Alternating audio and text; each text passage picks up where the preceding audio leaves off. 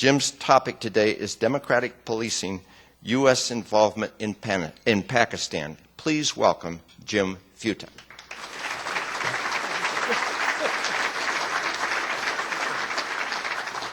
I'm going to put this back up here so I can at least see a little bit on the screen here. It was November the 3rd of 2007 when I was sitting with 3 other contract instructors in the Serena Hotel in Islamabad. We were having a cocktail. Is the only place you can get one. You can't drink in public anywhere in Pakistan.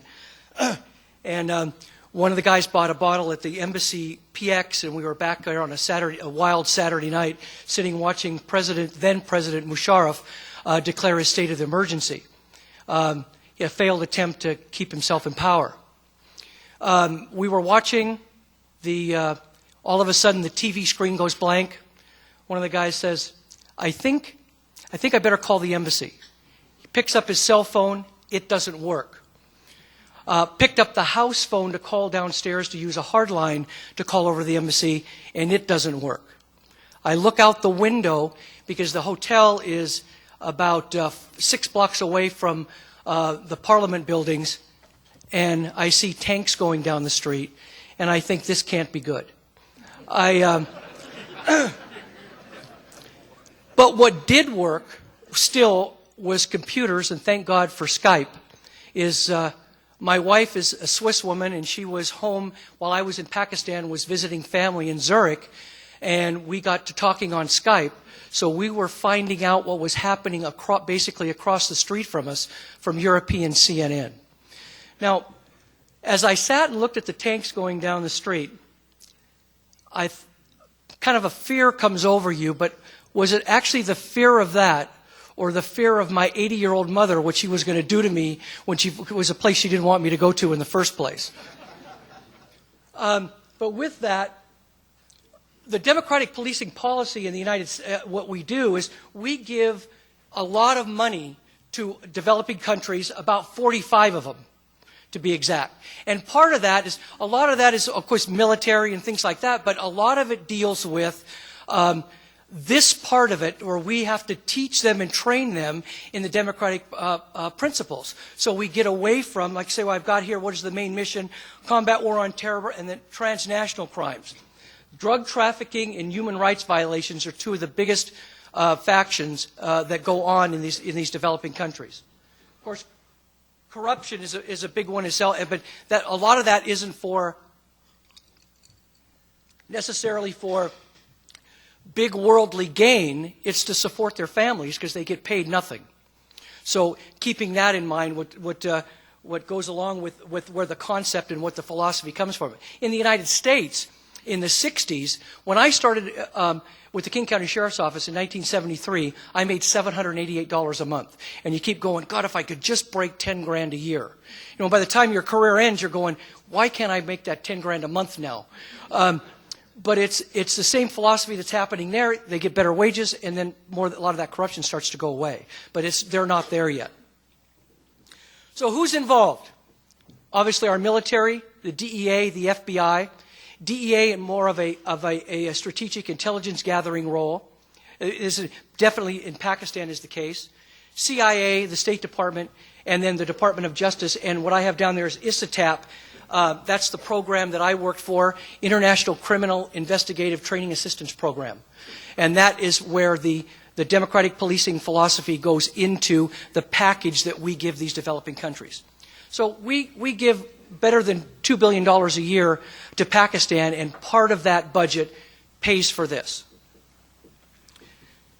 So we provide training to the National Police of Pakistan, the military, and they're embodied, I said 45, it's 47 countries throughout the world. In fact, as a matter of fact, I'm going into an operational role. I was awarded a position where I leave in 4 to 6 weeks, and I'm going to spend a year in Bosnia as the advisor to the Bosnian National Police, which is their version of the FBI. And this acronym is SIPA, and to be honest with you, I don't even know what that acronym stands for at this point. I need to do some of my homework.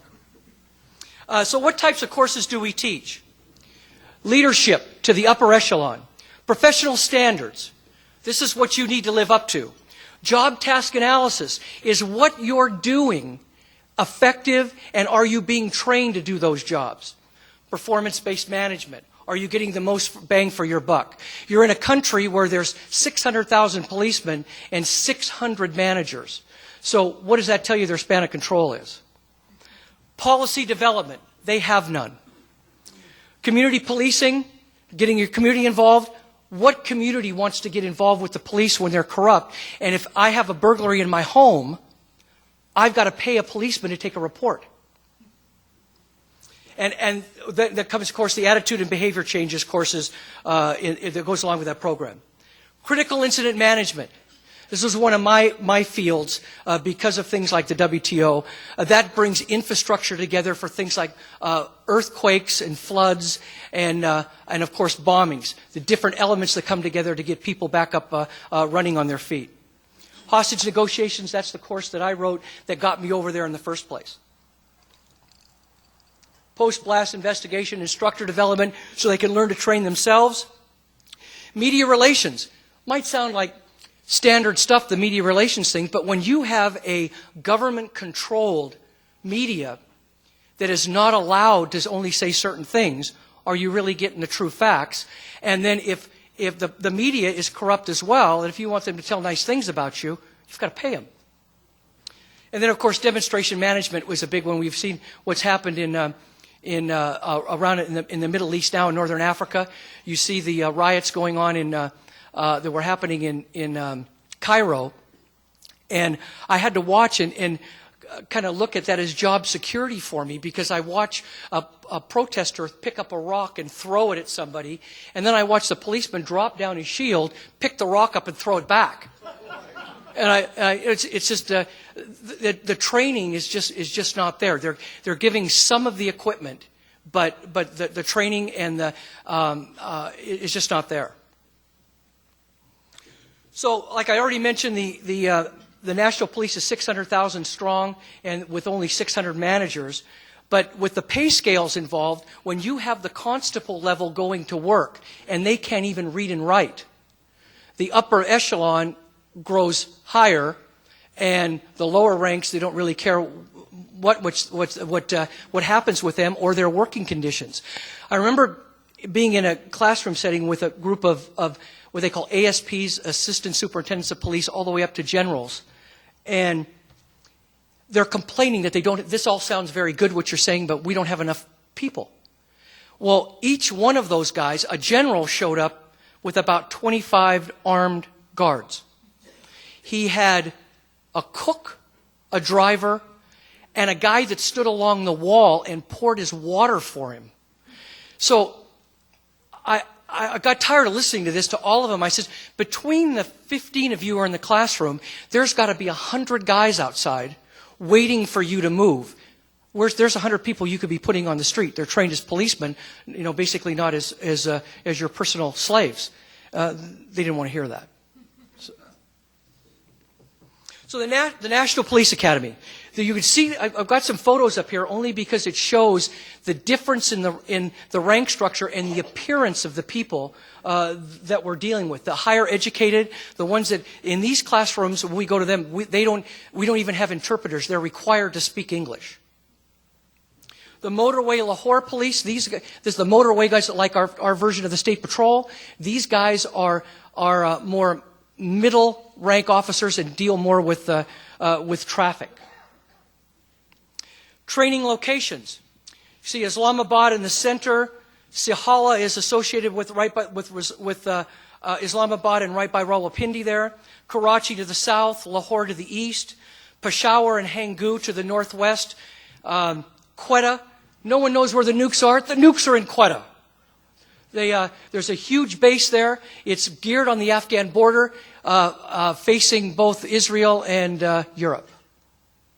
And then Shadadpur is about a 6-hour drive north of Karachi. So these are the areas where we do our training, where some of their national police academies are located throughout the country. Some of them are okay. You can stay in hotels. Others you have to live in their guest houses that are extremely substandard. They say you're in Islamabad in a 5-star hotel. It's equivalent to about a 3-star here in our country. And in Islamabad, there's 2 hotels. They prefer you to stay at the Serena Hotel because for a couple reasons. It's a chain based in the Middle East, Northern Africa, and East and Western Asia, and it's owned by the Aga Khan. And up until 2 years ago, they hadn't had any problems with them until they blew up the one in Kabul. But we all know, and the other one in Islamabad that's had been approved was the Marriott, but that's an American chain, and for security reasons, it was situated too close to the roadway, and we all know what happened there a year later. Truck bomb blew it up, propane tank caught fire, killed many people, including 7 Americans. The rank structure, the lowest level, like I mentioned, are the constables. No education whatsoever. They basically do some traffic control, and they take orders from the mid-level people called the inspectors. These are the ones that actually consider the police work in the area. Upper level would be anywhere, I mentioned, from the assistant superintendent of police up to the inspector general himself, and then there's several subordinates underneath that. But how the money flow works is it was very difficult to deal with when you sit down with the commandant of the police academy for the upper level people, and he thinks that he should be afforded from the American government to pay a limousine and a driver so he could show stature to his other people that come in, and he would show that he would have some clout. This is how they want our money spent.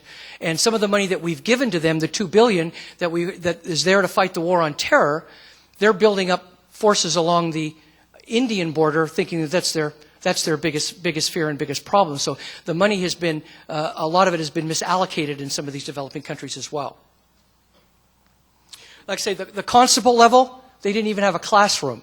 They were sitting outside in the open air, and they can't even do a blackboard because they can't read or write. So it all has to be done verbally to train them what they're going to have to do on the street.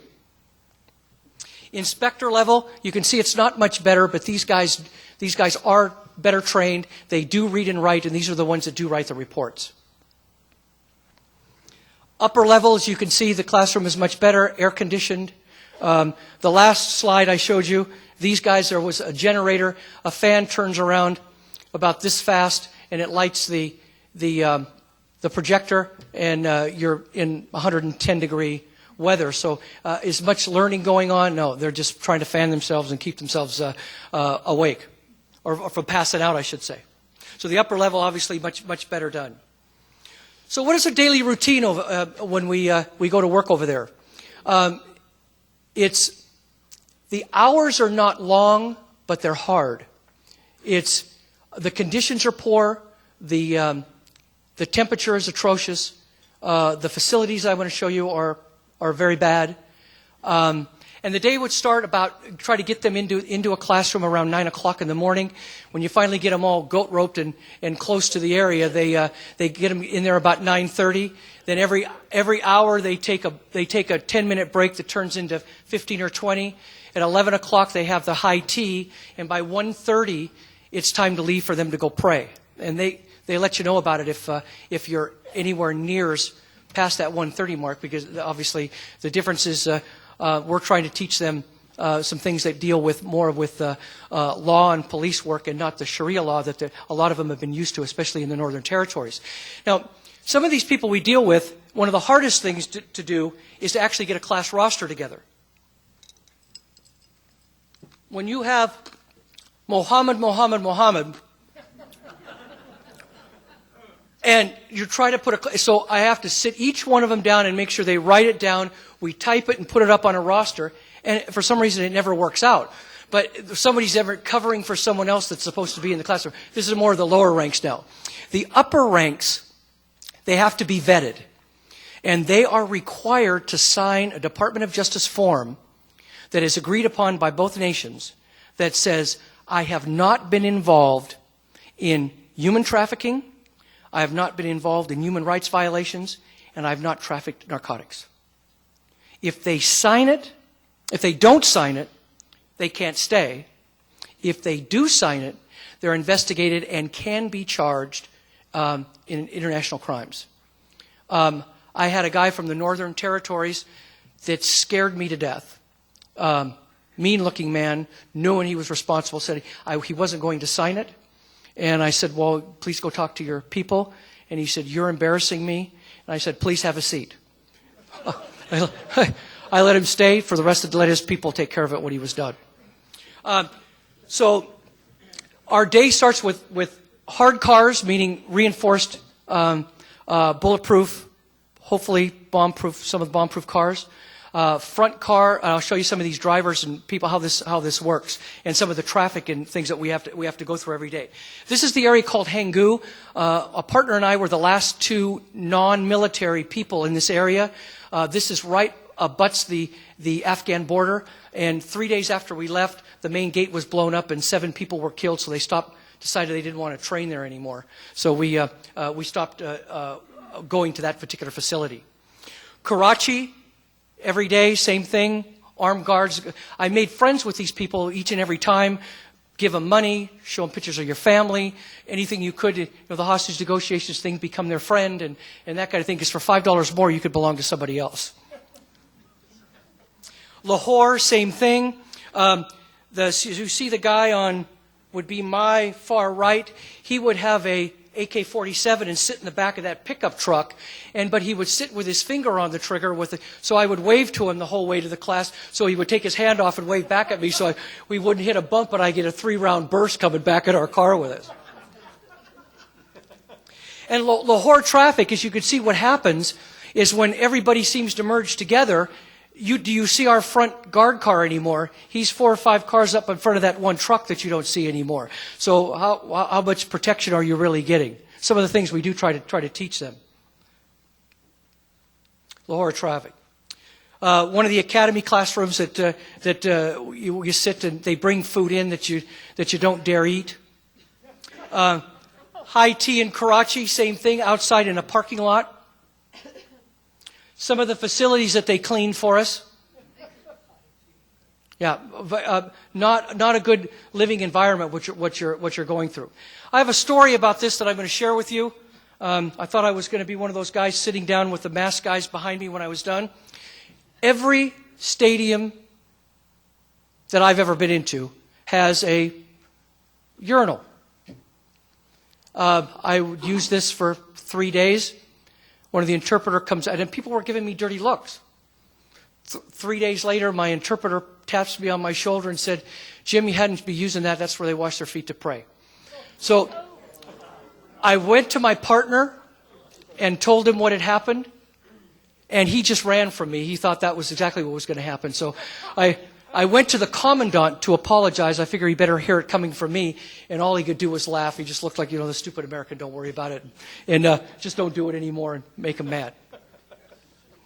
So the checkpoint barricades, this is daily life going into any hotel, anybody that goes into these hotels. You can see the barricade comes up, rises up, stops your car out in the front as you enter the hotel. They do a search under your hood in your interior before they lower it and let you back in. This is, I joke, one of our local Starbucks that we wouldn't stop at anymore. Okay, and then the public transportation, you can see just moving around. People just hang off as the roads are going on. And these are the kids going to school every day, just hanging off the top of these buses. And this is just the way that it works in this environment. Family, in some of these areas, you do not see women. The Hanggu, I spent 10 days up there. I never saw one woman, but you'd see a husband maybe in a shop, and then the kids hanging out. The older ones take care of the younger ones because the wife's out in the field with the donkeys and stuff, cutting up, getting food and things like that gathered up for them. No women to be seen at all. Which leads me into some of the Sharia law that we're dealing with it, where it gets into the human rights violations. That you see a 14-year-old girl that the perception is that she's made eyes at somebody, and it's the family's responsibility to kill her, honor killings. And while I was there in 2008, they outlawed the honor killings. But what they're saying now is the girl, they throw the girl in a closet with a gun or a rope and force her to commit suicide. So these type of atrocities, I shouldn't have. These type of atrocities are going on as we speak, and in these particular areas. So these are the kinds of things we're trying to combat. And are we making a difference on a large scale? I don't know, but I do know that on a one-to-one basis with a personality, I answer to this day 4 emails a week from some of these people that you built the bond and friendship with. There are good people. It's a small percentage that are the radical parts that are instigating a lot of this and giving everybody a bad name. Well, just like in this country where you hear, the 99.9% of all the policemen go to work wanting to do a good job. Alice and I talked about this at lunch here, but it's that small percentage that makes everybody look bad, and it's going on to this day, and it's just sad to see. And the bombings that go on, the environment gets so you hear a bomb go off, and you go, boy, that was a loud when somebody really got hurt. And that was the Danish embassy bombing I was there for. I was there for the Benazir Bhutto assassination, and from the training center when she was executed, blown up, you could hear that from Rawalpindi, which was about 7 or 8 miles away. You could hear the blast. It was that powerful.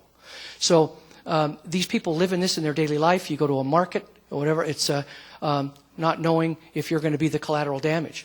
And like my wife mentioned to me, I'm going to Bosnia, and Bosnia is now back to another typical European country. But when you go to a country where you are targeted for being a Westerner, for no other reason than you're a Westerner, that's when you have serious concerns about your safety and who those people are protecting you. Our U.S. Embassy in Islamabad has 12 Marines there, 11 Marines and a gunnery sergeant, and they protect the embassy. The rest of the embassy is contract employees, whack and hut, of Pakistani descent. How these people are vetted, I have no idea. But that's who protects, and that's who protects our embassy in Kabul. It's run by an American, but it's the whack and hut people that protect us in these foreign countries. That's until I saw it for myself, I wouldn't have believed it. Typical graduation day with the big ceremonies beginning and after. I got an opening prayer thing, but anyway. The main point, but the difference in the democratic policing that I think that is really key here is that it's not really Western standards so much as it is industry standard throughout the rest of the world, and put this in and try to combat against the types of Sharia law and the corruption and the human rights violations that are atrocious. Any questions? Yeah.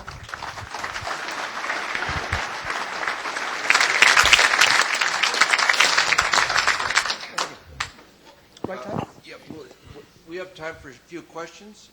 And What kind of life insurance policy does your family have on you? Well, are you familiar with the left system, left 1 and left 2 in the state for police and firefighters? I'm left 1, and so I got a great system. But the government does take a policy out of us. I don't know how much it is. You go over here, you sign a contract. I was short term, and so I would go in, do my thing, and then come out. I spent 8 months in Pakistan over a 2.5-year period. Hi, my name is Rhoda Barker. I'm one of the University of Washington students here today. And one of the questions I wanted to ask you was, I actually felt that your discussion was a little bit one-sided, and I was wondering if they taught, do they give you training? Because I felt like a lot of the things you were talking about was expecting us to train them how they should conduct themselves, but then I felt like they didn't give you enough training to know where they pray and where they don't pray. And oh no! So that's what I did know. But that was a combined room that was a particular restroom that in any other place I'd been, that was completely separate. So that was just one of those flukes that was a perception thing and didn't know the difference. Can you talk about the contractor who was arrested after he defended himself from 2 assailants and where that stands? And what should we think about that? Is this an American who would have been murdered if he hadn't defended himself, or is it a rogue guy? The way I understand it, yes. And it was. And I just heard today, Mr. Swiegelbeck, Al Swiegel, mentioned that the 2 people he killed were ISI agents. And with that said, he was targeted. He was a CIA contractor, and he did have a diplomatic passport. However, there's levels of diplomatic passports. The one I get when I go in and out of country is different than the in-country diplomat that's assigned to the embassy. This man does not have diplomatic immunity. That's going to be a key issue in this. Is he going to trial? Well, is it the only thing that I think is going to help him, is it a fair shoot? And was he defending himself and his life? And will that come to pass in that fashion? But I feel really sorry for him. You had mentioned during the presentation that of the $2 billion or so in aid, a fair bit of it is misallocated or misappropriated. Do we have any influence in terms of how that money is spent when it ultimately does get to Pakistan? Absolutely. Tighter controls, since I mentioned that was back in 2007 where that was, so the money is being tighter controlled and not divvied out in one big group to a particular general. It's what do you need? You need equipment, you need this, I want to know where it's going. And so there's a lot tighter control on it now, yes. What is the relationship between the Pakistan military and the police force, and has there been any progress in recruiting educated Pakistanis into the police force, or the military for that matter? It's kind of like what Indonesia was when I was in Indonesia in 2001 and 2, is the police force and the military used to be one. They became a democracy, and they split that because they couldn't be a military state anymore. So the rank structure is, like I mentioned, a lot of it is very similar to the Brits. They're obviously British rule, and it's very similar to military. So they have the relationship was actually strained for quite a bit, and they use the police now in those areas, and the military is more straight out, more in the northern territories and on their borders, less in the concentrated areas of the city, and they leave that to the police. But as far as the education level, the lower constables, I don't know if that's ever going to change. Hi, my name is Matthew Philip Fitzgerald. I'm also a University of Washington student. Don't be hard on me. I wanted to ask about the UN presence in Pakistan. Can you comment on that? Yeah, UN is there, and they're organizing a lot of the NGO things, processes that go on and they're assigned in Islamabad. But they help take care of a lot of things like the earthquakes and floods that happened here recently, and that relocation of people, things like that, until they get their areas built back up again. Are there some distinctions between Shia law, some specific distinctions, or how there are conflicts between the Shia law and the best practices that you mentioned? Absolutely. That's the part where, that's what I would try to stress. A lot of it is more dealing with the human rights and the changing the attitude that you can't kill somebody because they make eyes at somebody else. So there's a huge one. In fact, a policeman can't even go to a domestic dispute. It's got to go through the local imam. So the violence against women is atrocious. They raise their they're calling it more, like I mentioned earlier, more suicides rather than actual killings. But we're learning that that's definitely not true. Okay. All right. Thank you. Thank you very much. Seattle Rotary Online is made possible in part by a grant from First Choice Health, working with the Washington Health Information Collaborative to use technology to bring better health care to patients throughout the Pacific Northwest. First Choice Health.